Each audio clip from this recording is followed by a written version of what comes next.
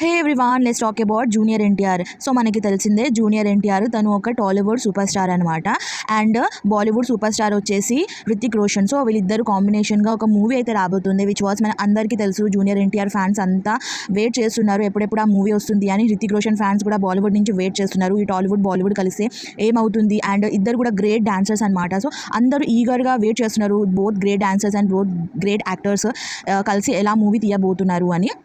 So మనకి తెలిసిందే Hrithik Roshan first వార్లో చేశాడు, అందులో టైగర్ ష్రాఫ్ అండ్ రితిక్ రోషన్ని క్యాస్ట్ చేశారు అండ్ ఆ మూవీ బ్లాక్ బస్టర్ హిట్ అయింది. సో అందుకనే వార్ 2 అనేది తీయడం డిసైడ్ చేశాడు. సో వార్ 2లో క్యాస్ట్ చేసింది జూనియర్ ఎన్టీఆర్ అండ్ రితిక్ రోషన్ని. Hrithik Roshan is obvious because he was in War 1 and he was the main leader. So Hrithik Roshan పక్కా డిసైడ్ అయిపోయాడు. సో టాలీవుడ్ నుంచి సెలెక్ట్ చేసింది జూనియర్ ఎన్టీఆర్ని బికాస్ ఇద్దరు గ్రేట్ డాన్సర్స్.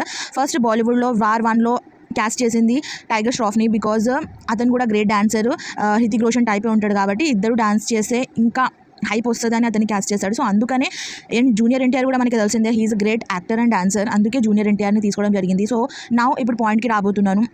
ఏంటంటే జూనియర్ ఎన్టీఆర్ అండ్ రితిక్ రోషన్ ఇద్దరు కలిసి వార్ 2 ప్రమోషన్కి వచ్చారు. సో అప్పుడు మనకి తెలిసింది ఏంటంటే టాలీవుడ్లో అసలు క్రేజ్ అనేది ఎట్లుంటుంది, హీరోయిన్స్కి అంత క్రేజ్ ఉండదు, బట్ హీరోస్ అండ్ క్రికెటర్స్ అంటే పడి చచ్చిపోతారు. మోర్ దెన్ ఫ్యామిలీ వాళ్ళు ఇష్టపడేది హీరోస్ని ఎంత హైప్ చేస్తారంటే వాళ్ళు ఎంత తప్పు చేసినా సరే వాళ్ళనే సపోర్ట్ చేస్తూ ఉంటారనమాట. Even though if the film is good or not, that is acceptable because movie flop అవ్వగానే వాళ్ళు ఇష్టం లేకుండా అయితే ఉండరు. బట్ ఎంత క్రేజ్ ఉంటాడంటే టాలీవుడ్ హీరోస్కి మన తెలుగు ఆడియన్స్ నుంచి అంత క్రేజ్ ఉంటుంది. సో ఆ టైంలో ఏమైందంటే వార్ 2లో ఆబ్వియస్లీ జూనియర్ ఎన్టీఆర్ని చూడడానికి చాలామంది వస్తారు, రితిక్ రోషన్ని చూడడానికి కూడా చాలామంది వస్తారు. ఆ టైంలో ఫ్యాన్స్ అందరూ చాలా అరుస్తున్నారనమాట జూనియర్ ఎన్టీఆర్ మాట్లాడేటప్పుడు. సో జూనియర్ ఎన్టీఆర్కి ఏంటంటే చాలా కోపం వచ్చేసింది, అందుకనే ఫ్యాన్స్ మీద అరిచేశాడు. బట్ ఇది చాలా తప్పు అనుకుంటున్నాను. ఫ్యాన్స్ అరిచింది ఎందుకంటే జూనియర్ ఎన్టీఆర్ క్రేజ్ వల్ల, జూనియర్ ఎన్టీఆర్ వాయిస్ వినంగానే వాళ్ళకు ఒక హ్యాపీనెస్, ఒక షాకింగ్ అండ్ సర్ప్రైజింగ్ లైవ్లో చూడడం అనిపించింది కాబట్టి అందరూ క్రేజీగా అరిచారు తప్ప జూనియర్ ఎన్టీఆర్ని బులీ చేయలేదు, ఇంకా ఏం చేయలేదు. జస్ట్ అతను మాట్లాడేటప్పుడు సర్ప్రైజింగ్గా అతన్ని చీరప్ చేశారు తప్ప వాళ్ళు ఏం తప్పు చేయలేదు. You can see the public reaction, వాళ్ళు ఎంత హ్యాపీగా ఉన్నారో. అండ్ జూనియర్ ఎన్టీఆర్ ఎప్పుడైతే అట్లా అనేసాడో వాళ్ళు ఎంత షాక్గా ఫీల్ అయ్యారు అని. సో ఇది చాలా తప్పు అనమాట. మైక్ విసిరేసి వెళ్ళిపోతాను, మైక్ పెట్టేసి వెళ్ళిపోతాను మీరు ఇట్లా అరుస్తూ ఉంటే అని అంటున్నాడు. చూడండి జూనియర్ ఎన్టీఆర్ కోసం ఎంతమంది క్రౌడ్ వచ్చారు అండ్ మూవీస్ కోసం ఎంతమంది వెయిట్ చేస్తున్నారు. ఆ టైంలో జూనియర్ ఎన్టీఆర్ ఇట్లా మాట్లాడడం చాలా తప్పు.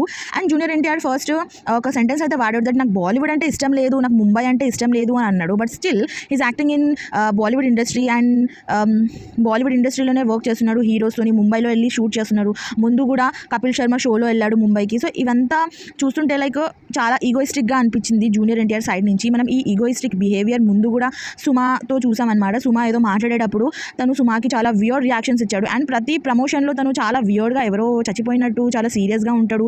అండ్ ఇక్కడ ఫ్యాన్స్ అరుస్తున్నారనే కాదు, అతను ముందు నుంచి కూడా మైక్ పట్టుకొని స్పీచ్ ఇచ్చినప్పుడు కూడా సేమ్ రియాక్షన్ ఇచ్చాడనమాట. చాలా సీరియస్గా ఎవరో చచ్చిపోతే చెప్పినట్టే చెప్పాడనమాట, అంత సీరియస్ ఫేస్ పెట్టి. So which is not necessary. కొంచెం హీరో అయినాక అంతమంది ఫ్యాన్స్ వల్లనే హీరోస్ ఉంటారు, ఫ్యాన్స్ లేకపోతే హీరోస్ ఉండరు. మూవీ చూడకుండా కూడా జనాలు బతకొచ్చు, బట్ మేము మూవీ చూడకపోతే లైక్ ఫ్యాన్స్ మూవీ చూడకపోతే హీరోస్కి ఎక్కడ నుంచి మనీ రాదు.